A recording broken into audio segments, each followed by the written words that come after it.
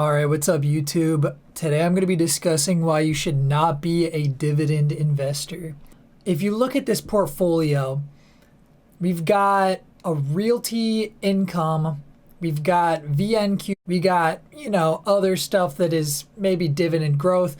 Big one right there, SCHD. That one's very popular in the dividend ETF community. And here's what my problem is. Let's look at Verizon. That's one of his positions, a very small position at 5% roughly. Gets crushed. Look at this. Gets completely crushed. Maximum return is 60% compared to the S&P 500 or VOO ETFs, 233% over the 9 years that he has been a dividend investor for right there, as you can see. Gets crushed. 60%. That's about 4 times worse than the S&P 500. So he just forfeited 4.6% of his portfolio at this point in time. It probably was a bigger position, but because it underperformed so bad, some of these other ones probably didn't do that bad, like Apple, for example, I'm sure did good.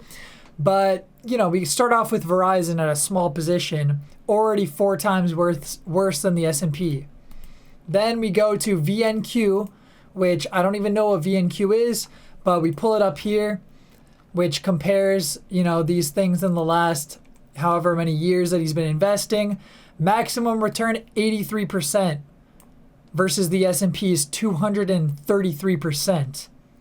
Now, obviously that's the best case scenario for him possible according to this beautiful website, which compares the compound effect of what you invest in, adds in the drip effect and whatnot, which is where you automatically reinvest. And so it's pretty interesting. Kind of sad. If you put 12% of your portfolio into this, you'd be underperforming by about 3 times based on the maximum performance. Another thing to consider is the profitable to unprofitable returns ratio. So basically, you want this to be higher, I would assume, because the unprofitable is higher here and lower on the S&P. Therefore, I would assume that this is the inverse. So the higher, the better. So let's look at these numbers too. Anyway, now let's look at O, which is, oh no, realty income. Very, very sad one that I actually bought when I was a bit more new to investing, which, by the way, I'm up about 40% year to date. I was buying in April, growth stocks and whatnot because they had dipped, obviously. And let's look at realty income. Obviously, you guys probably know about this one. 90% at best versus the S&P's 233% at best. And there's a lot of unprofitable returns here. 1.5K versus the S&P's 360, which I would assume the 360 would be up here. The 360 up here, I guess. I don't know. Maybe that's a day thing. Who knows? But yeah, it is about 4 times more likely to be unprofitable than the S&P if you invest in realty income. Let's just look at BDJ, an ETF, pretty much double the chance that you're going to be unprofitable. However, 109% maximum return is pretty good. Keep in mind that this one right here, 2018, that's when it kind of started versus the 2016 that we were using for the other ones to assume the 9 years and see what the maximum return for those would be. This one's not as bad. BDJ, he has 6.5% for his portfolio. Not too bad, not too bad. Now we're going to look at SPYI. Now this one's actually a little bit better. Started around 2022.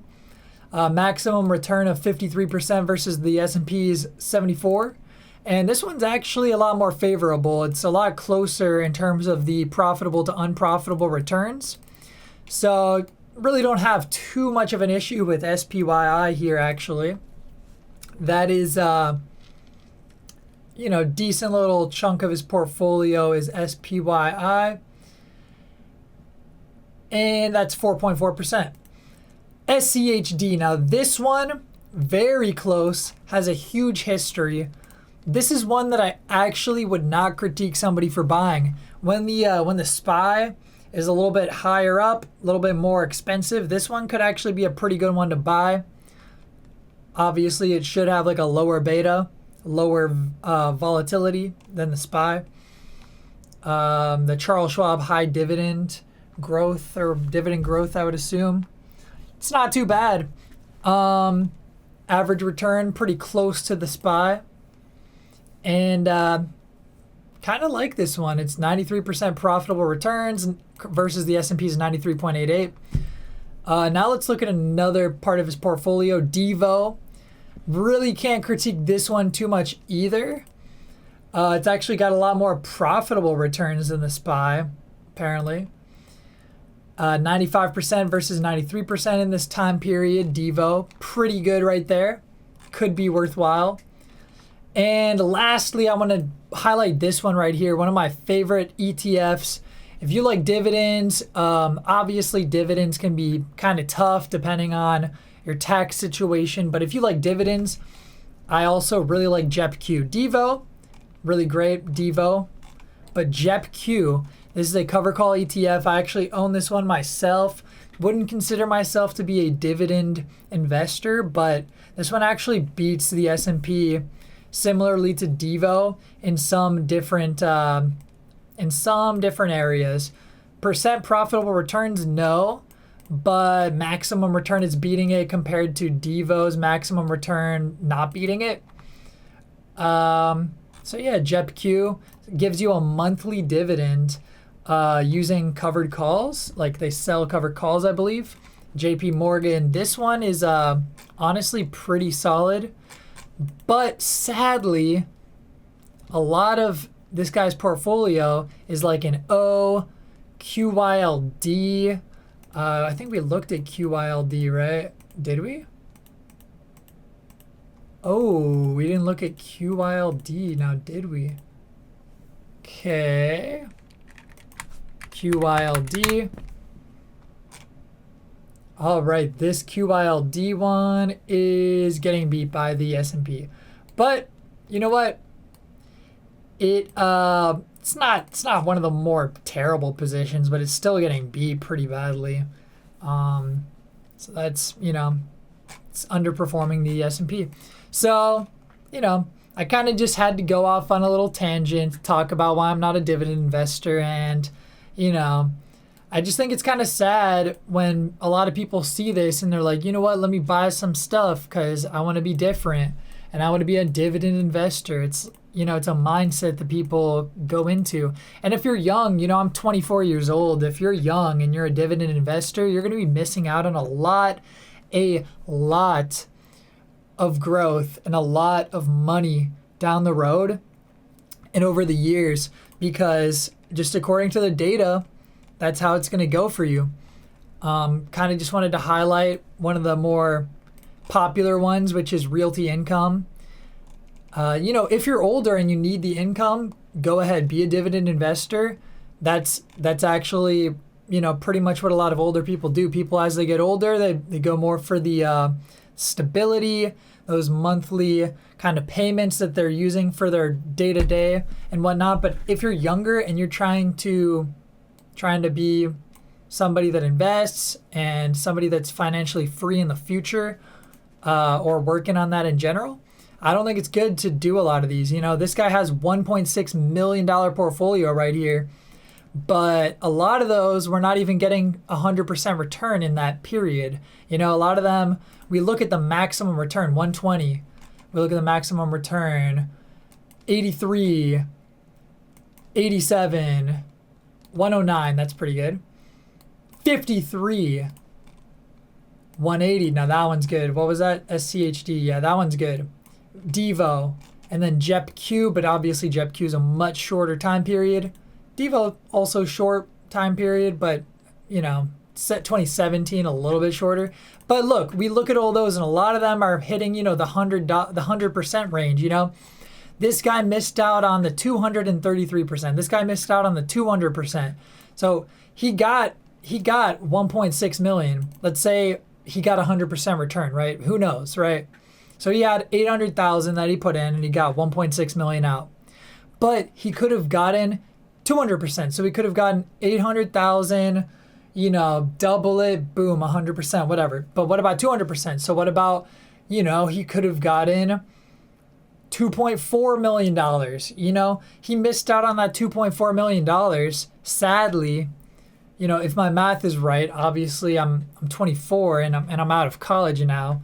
I don't know if my math is that good, but I just know that he could have made even more money if he just did the SPY, or if he had a higher concentration of SCHD, as opposed to some of these ones that just really didn't perform well, you know? I think 10% for one company is actually a lot of your portfolio. If you've got $1 million and you're confident putting 100,000 into it, you know, no, 10 million. Let's say you got 10 million and you put $1 million into one company, and that company gets you 4 times worse return than, you know, the average of the other companies. When you fire that company, like, I can't believe that you could just keep 10% as, you know, realty income at age 32. I mean, dude, like, you've got many more years and you're keeping this as 10.1% when it's doing much worse than just the market itself. I don't know how I could be promoting that. I feel like it's not the move. Anyway, guys, that's kind of what I wanted to say. No hate to devoted dividend investor. No hate at all. I love this. I'm glad that there's people that have different opinions financially, and, you know, I'm glad he has way more money than I have. But at the same time, I just really hope that maybe he would reconsider his portfolio, cut out some of the fat in the portfolio, and maybe, obviously I was just talking about diversifying, but maybe consider going into the S&P over some of these positions like Verizon, I don't know, maybe like Realty Income or whatever. But you know, you got your free will, you can do whatever you want. Bye-bye, guys.